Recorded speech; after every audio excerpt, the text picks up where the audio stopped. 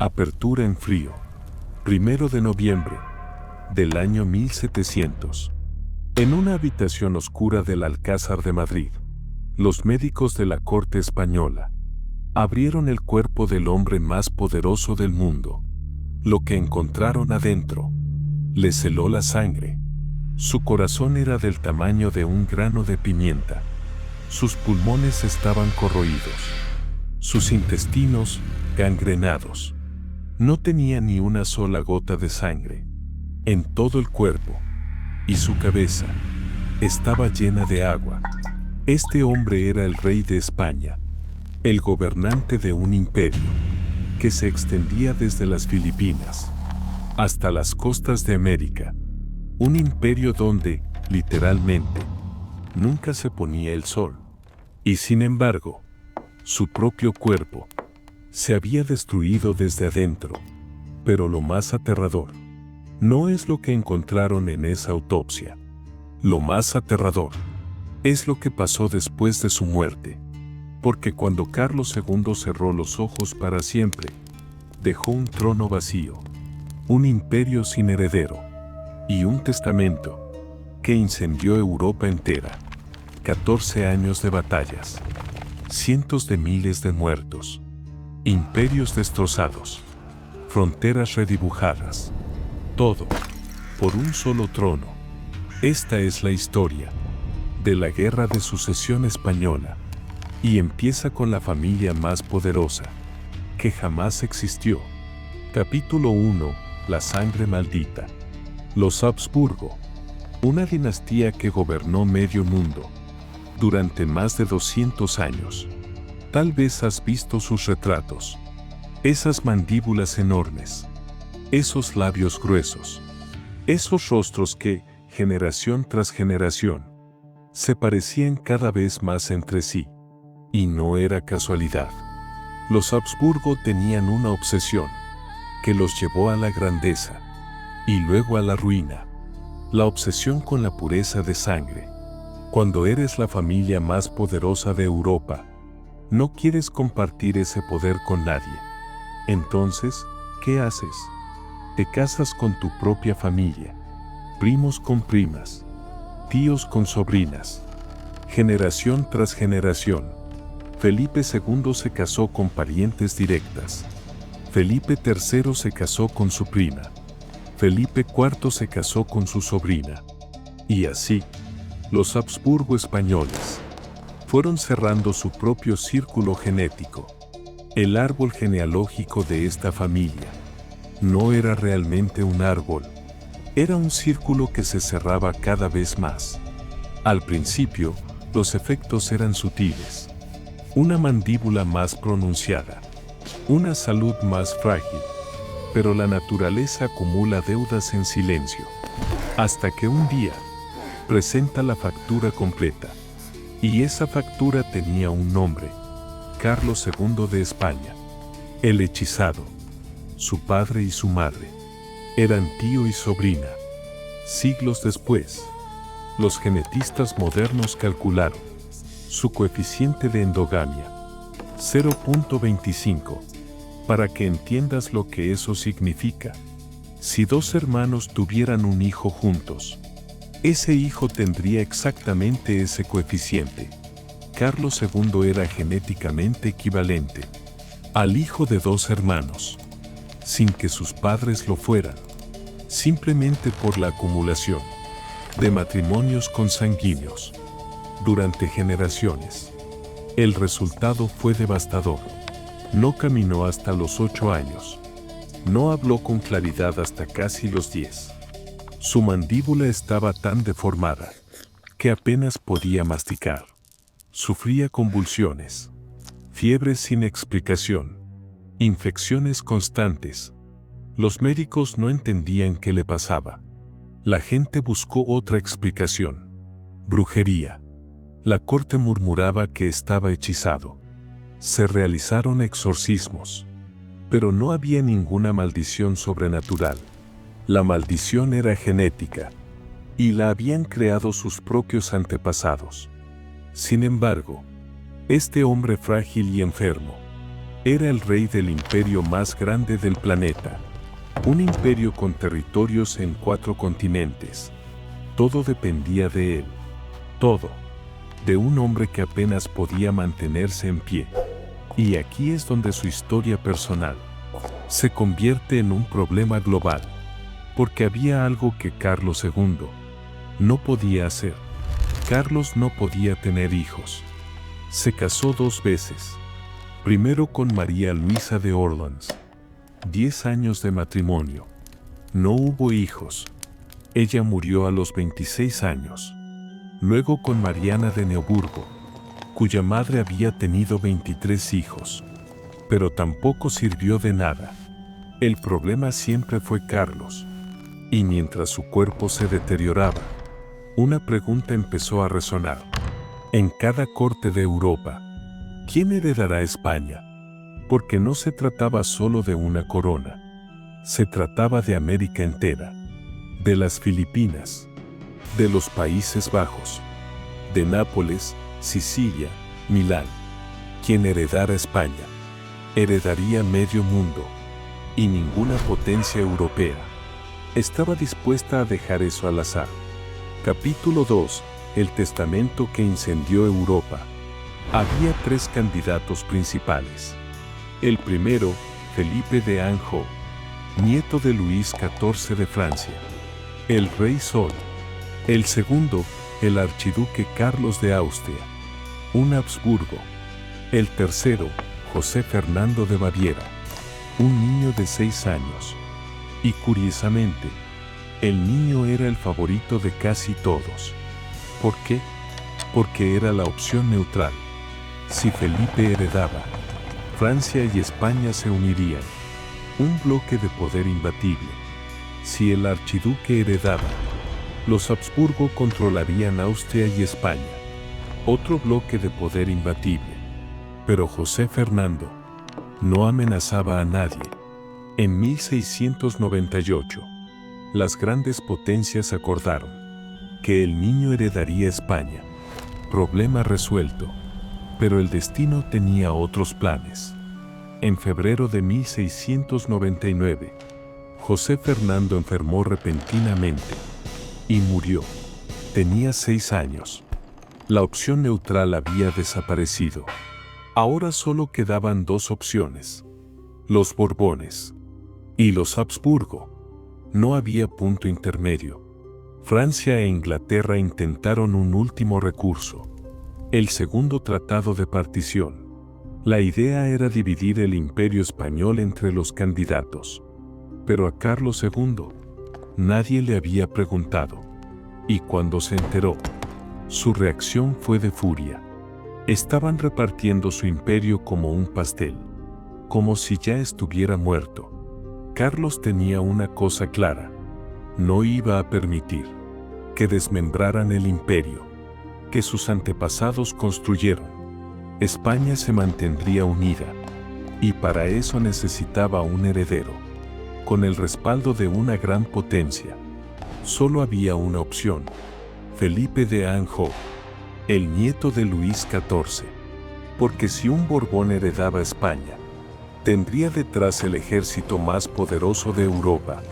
Carlos consultó al cardenal Portocarrero. Incluso consultó al Papa. Y en sus últimos días de vida, firmó su testamento. El heredero universal sería Felipe de Anjou, un Borbón. Carlos II murió el 1 de noviembre de 1700. Tenía 38 años. Pero su cuerpo parecía el de un anciano. Y ahora todo dependía de lo que hiciera un solo hombre: Luis XIV de Francia. La noticia llegó a Versalles rápidamente. Luis XIV tenía 2 opciones: aceptar el testamento y provocar la furia de media Europa, o rechazarlo y dejar pasar la oportunidad más grande que la historia le había ofrecido jamás. Su nieto, rey de España.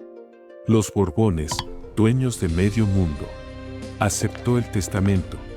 El 16 de noviembre de 1700, presentó a su nieto ante la corte y los embajadores extranjeros.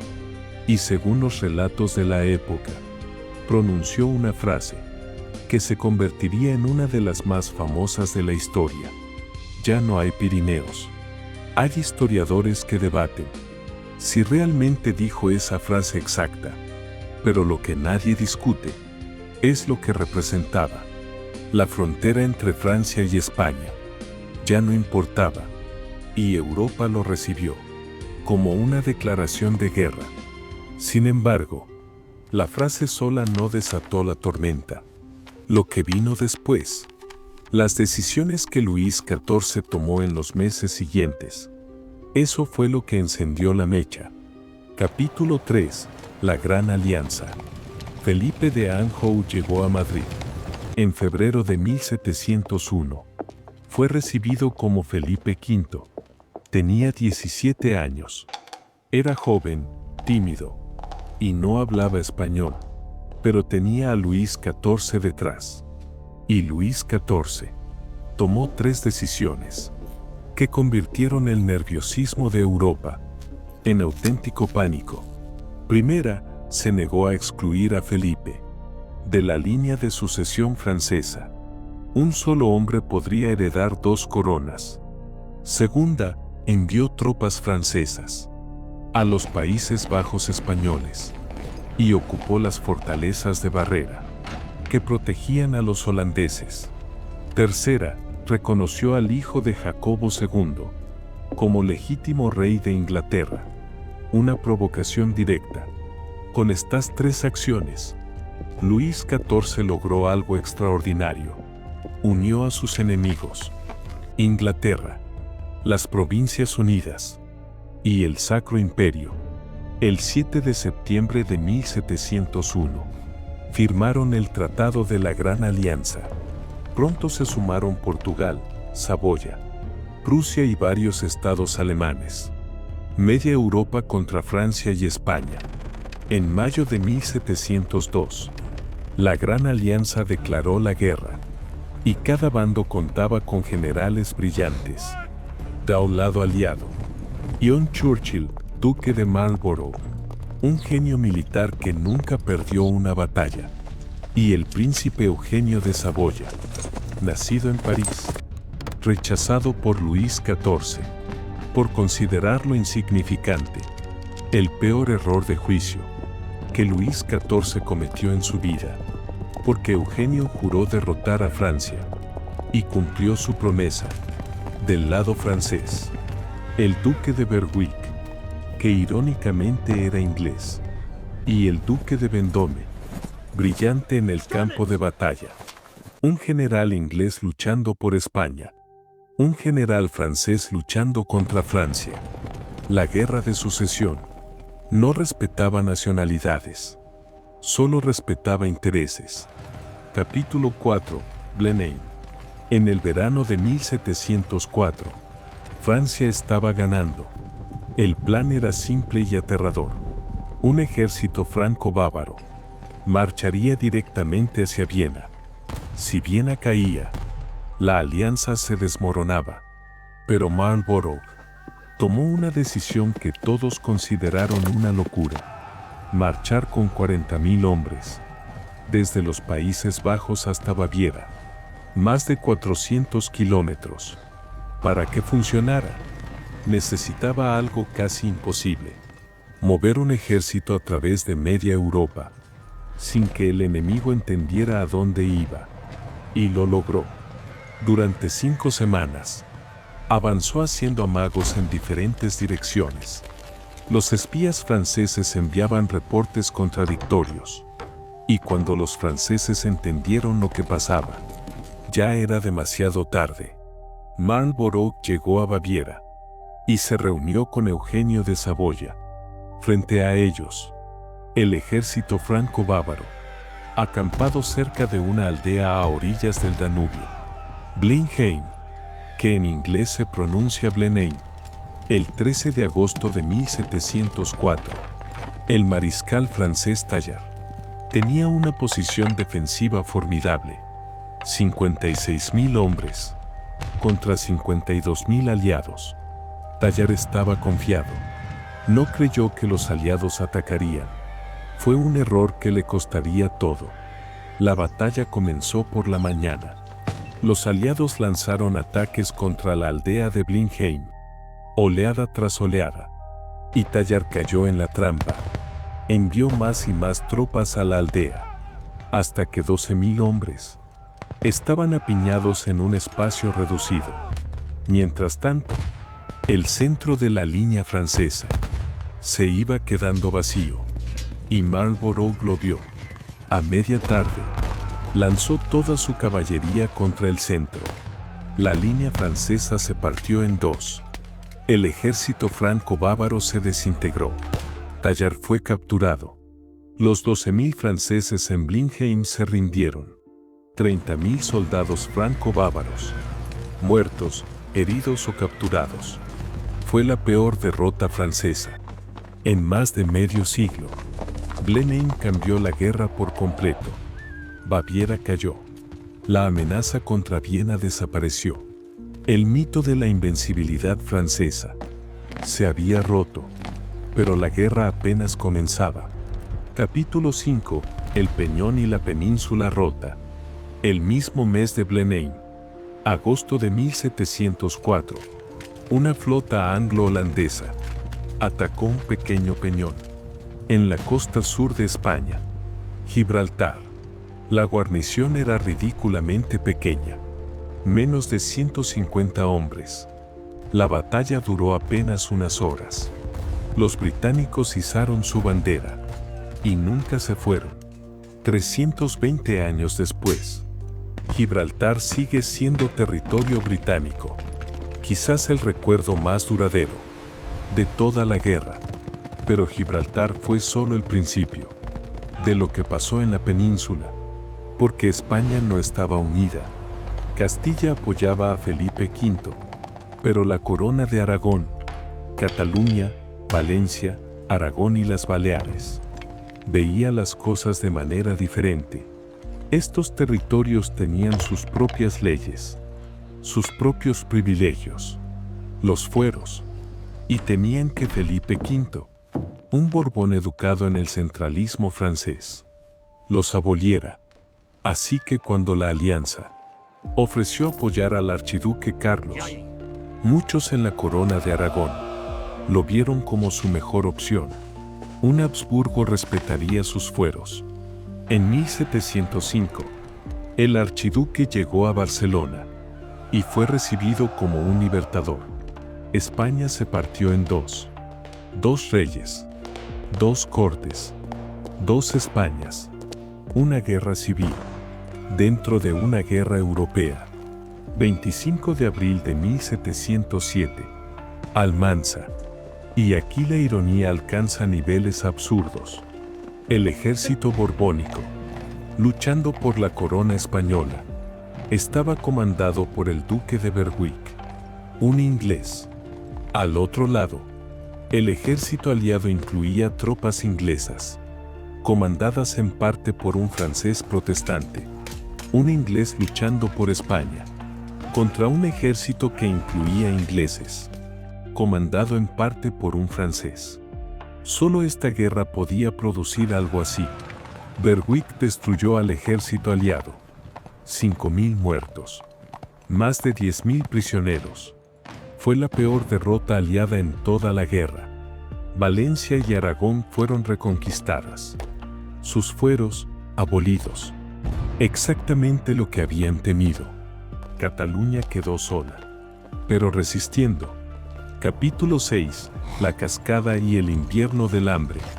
Mientras Almanza decidía el destino de España, en el norte, Marlborough y Eugenio seguían golpeando a Francia. Ramillés en 1706. Victoria aliada aplastante. Los Países Bajos españoles cayeron en semanas. Turín, ese mismo año. Eugenio rompió el asedio francés. Francia perdió el norte de Italia. Oudenarde en 1708. Otra derrota francesa. Francia estaba contra las cuerdas. Y entonces la naturaleza intervino. El invierno de 1708 a 1709 fue el más frío en 500 años. Los franceses lo llamaron Le Grand Havre. Los ríos se congelaron. Los cultivos se perdieron. Los olivos se partieron por el frío. Francia no tenía comida. Miles murieron de hambre. Los precios del pan se dispararon. Los campesinos comían corteza de árboles. Luis XIV se vio obligado a pedir la paz. Pero los aliados pusieron una condición inaceptable. Exigieron que Luis XIV enviara su propio ejército a España para destronar a su propio nieto. Una humillación calculada. Y Luis XIV la rechazó. Si tengo que seguir luchando, prefiero hacerlo contra mis enemigos que contra mis propios hijos. La guerra continuaría. 11 de septiembre de 1709. Malplaquet. La batalla más grande y más sangrienta de toda la guerra. 80.000 franceses contra 100.000 aliados. Los franceses construyeron trincheras, barricadas, bosques fortificados. La lucha fue una carnicería. Al final, los aliados rompieron el centro francés. Los franceses se retiraron en orden. Técnicamente, victoria aliada. Pero los números cuentan otra historia. Los aliados perdieron 21.000 hombres. Los franceses, 11.000. Los vencedores sufrieron casi el doble de bajas que los vencidos. Cuando Luis XIV vio los números, sonrió, porque entendió algo. Los aliados no podían seguir ganando así. La guerra no se gana solo con batallas. Se gana con voluntad. Y la voluntad aliada estaba empezando a quebrarse. El pueblo inglés estaba cansado. Los impuestos eran altísimos. Las listas de muertos, interminables. ¿Para qué? Para sentar a un príncipe austriaco en un trono en Madrid. ¿Valía la pena? Capítulo 7. El giro que nadie vio venir. En 1710, los aliados llegaron por segunda vez a Madrid. Y por segunda vez, Maigret rechazó al archiduque. Calles vacías. Ventanas cerradas. Silencio hostil. Felipe era su rey. El archiduque era un extranjero. El duque de Vendôme contraatacó. En Brihuega capturó todo el contingente británico. En Villaviciosa derrotó al ejército aliado. Los aliados se retiraron de España para no volver. Felipe V estaba allí para quedarse. Pero el verdadero golpe no ocurrió en un campo de batalla. Ocurrió en una cama. En Viena. El 17 de abril de 1711. José I, emperador del Sacro Imperio, murió de viruela. Tenía 32 años. Su heredero era su hermano menor, el archiduque Carlos, el mismo que la alianza llevaba 11 años, intentando sentar en el trono de España. De repente, Carlos era el nuevo emperador. Y si los aliados ganaban la guerra, Carlos gobernaría Austria, España, los Países Bajos, Italia y todo el imperio colonial español. Sería como revivir a Carlos V. ¿Te das cuenta de la ironía? La alianza se formó para evitar que un solo hombre controlara demasiado poder. Y ahora, si ganaban, crearían exactamente el mismo problema. Solo que en lugar de un Borbón todopoderoso, sería un Habsburgo todopoderoso. Los ingleses lo vieron inmediatamente. Esta guerra había perdido todo su sentido. En Londres, el gobierno cambió. Marlborough fue destituido. El héroe de Blenheim terminó en el exilio. E Inglaterra empezó a negociar la paz, en secreto con Francia, sin consultar a sus aliados. La Gran Alianza se desmoronaba desde dentro. Capítulo 8. Utrecht. Las negociaciones comenzaron en 1712, en la ciudad de Utrecht. Pero la verdadera negociación ya había ocurrido en secreto, entre Francia e Inglaterra. Los demás aliados llegaron para descubrir que el menú ya estaba servido. Podían aceptar o irse con las manos vacías. El Tratado de Utrecht se firmó el 11 de abril de 1713 y sus términos redibujaron el mundo. Felipe V se quedó con España, pero con una condición absoluta: las coronas de Francia y España nunca podrían unirse. Nunca. Felipe renunció a la corona francesa. Los príncipes franceses renunciaron a la española. Esa fue la columna vertebral de Utrecht. Pero España pagó un precio enorme. Los Países Bajos españoles pasaron a Austria. Milán pasó a Austria. Nápoles pasó a Austria. Cerdeña pasó a Austria. Sicilia pasó al duque de Saboya, que recibió el título de rey. Un detalle aparentemente menor. Pero 148 años después, la Casa de Saboya unificaría toda Italia. Utrecht plantó una semilla que se convirtió en un país. España perdió Menorca y Gibraltar, cedida a Gran Bretaña de forma permanente. Permanente. Esa palabra sigue resonando hoy.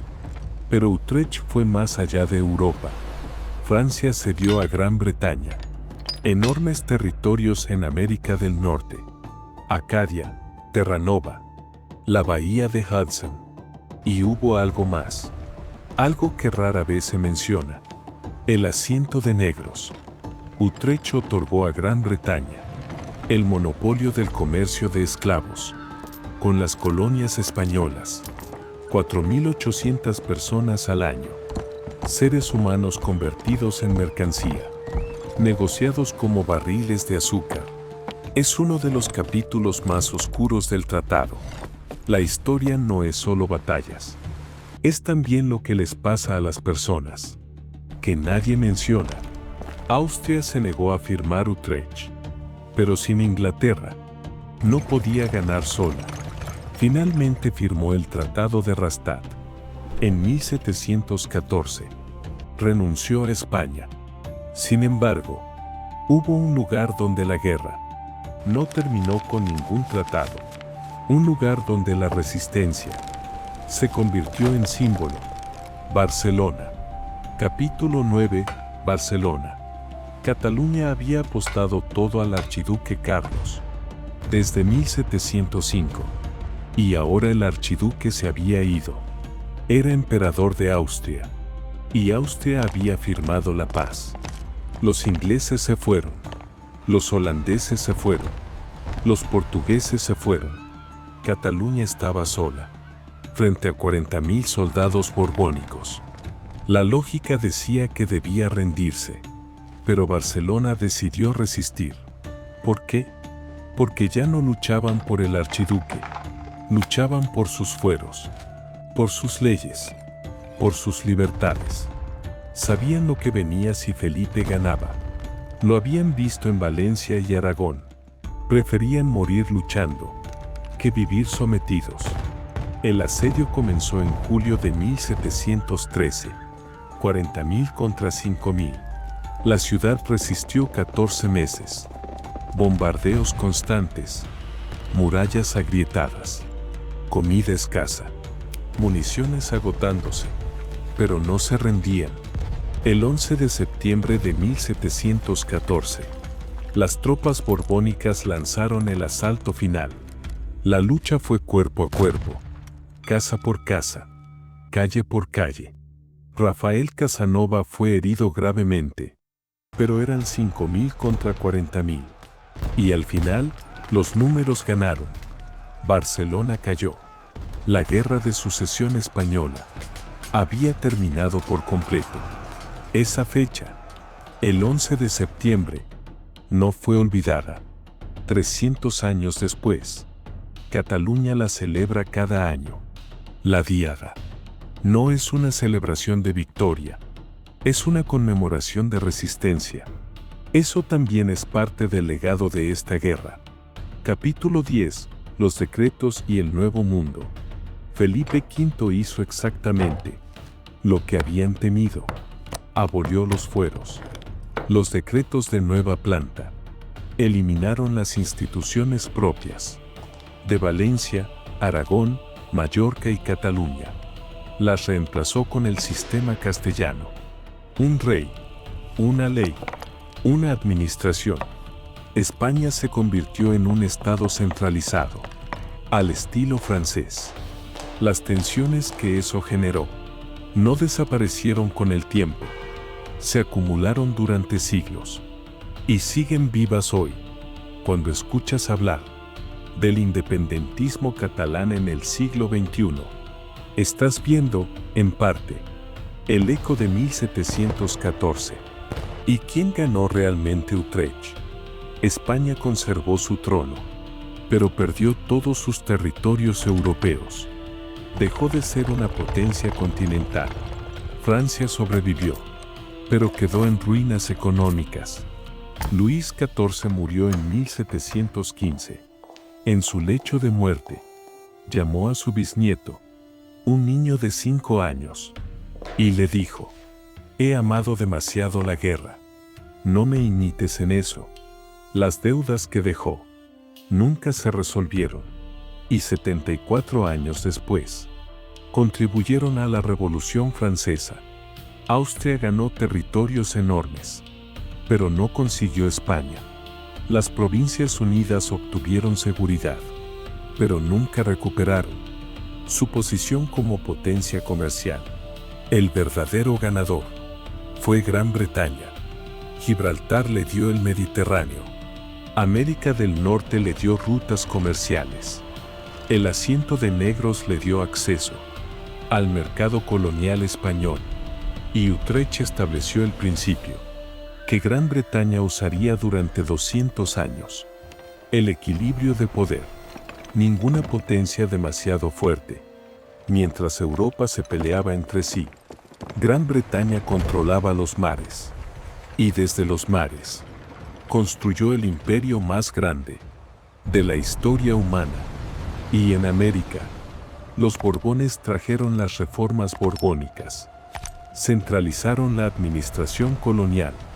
Redujeron los privilegios de los criollos. Ese resentimiento se acumuló durante décadas. Y 100 años después de Utrecht, estalló en las guerras de independencia. Bolívar, San Martín, Hidalgo, O'Higgins. La cadena de eventos que comenzó con la muerte de Carlos II contribuyó a crear las condiciones de la América Latina que conocemos hoy. Cierre. ¿Qué fue realmente la Guerra de Sucesión Española? Fue una guerra dinástica, una pelea entre dos familias por un trono. Fue una guerra de equilibrio, un intento de evitar que una sola potencia dominara Europa. Fue una guerra civil. España se dividió entre dos reyes. Y fue, en cierto sentido, la primera guerra verdaderamente mundial de la era moderna. Pero más allá de las batallas, esta guerra nos cuenta algo sobre la naturaleza del poder. Carlos II nació enfermo, porque su familia quiso conservar el poder a toda costa. Se casaron entre ellos, cerraron su círculo genético, sacrificaron la salud de sus hijos para mantener la pureza de su linaje. Y al final, esa obsesión destruyó exactamente lo que querían proteger. Los Habsburgo españoles se extinguieron a sí mismos. No fueron derrotados por un ejército, fueron derrotados por su propia ambición. Luis XIV terminó sus días rogando que su bisnieto no cometiera sus mismos errores. Marlborough, el general invicto, fue traicionado por la nación que lo hizo héroe. Eugenio, rechazado por Francia, se convirtió en el instrumento de su mayor humillación. Rafael Casanova sobrevivió a Barcelona, vivió en la clandestinidad, murió en el anonimato. Solo siglos después, fue convertido en símbolo. La historia siguió adelante. indiferente a sus sufrimientos, indiferente a sus nombres.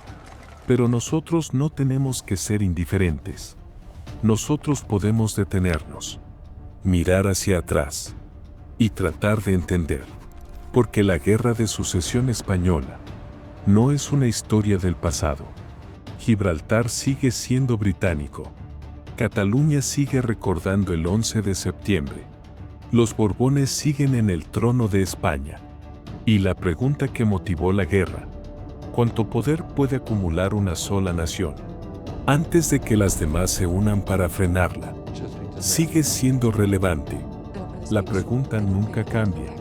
Solo cambian los nombres. Todo empezó con un hombre enfermo, en una habitación oscura de Madrid. Un hombre que cargaba en su cuerpo 200 años de decisiones equivocadas. Y cuando cerró los ojos, el mundo se incendió. 14 años de guerra, cientos de miles de muertos, fronteras redibujadas, todo por un trono vacío. Y las decisiones de los poderosos las pagaron los que no tenían poder. Los soldados que murieron en Blenheim, los ciudadanos que resistieron en Barcelona, las personas vendidas como mercancía en Utrecht, los campesinos franceses que comieron corteza de árbol. Ellos pagaron el precio. Y nosotros, 300 años después, seguimos viviendo en el mundo que esa guerra creó. Eso es la historia, no el pasado. El presente, disfrazado de pasado. Si llegaste hasta aquí, gracias. Si este video te hizo pensar, déjamelo en los comentarios. Y si quieres seguir explorando las historias que los libros de texto no cuentan, suscríbete, porque esto es Misterios de la Historia. Y apenas estamos empezando. Nos vemos en el próximo video.